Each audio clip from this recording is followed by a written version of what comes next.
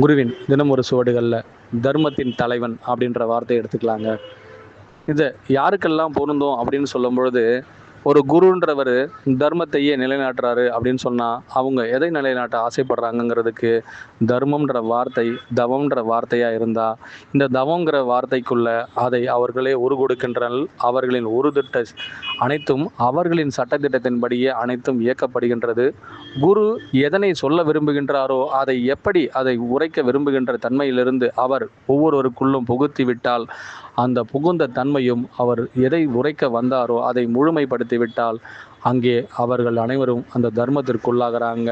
எப்பொழுதெல்லாம் அந்த தர்மத்திலிருந்து அவர்கள் மாறுபட்ட கருத்துக்களை வெளியிடும் பொழுதும் சரி, அந்த மாறுபட்ட கருத்துக்களை எடுத்துக்கொள்ளும் பொழுதும் சரி, அங்கேயே அந்த தர்மத்தின் தலைவன்ற வார்த்தைக்குள்ளிருந்து அவர்களும் அதை மீறி தன்னுடைய எண்ணத்திற்குள் மீண்டும் செல்ல காரணமாகுதுங்க.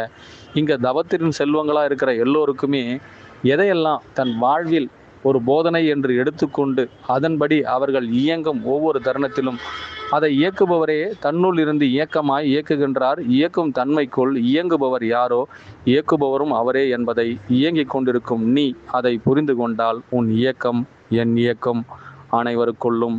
நான் குருவே சரணம், குருவடி சரணம், திருவடி போற்றுங்க.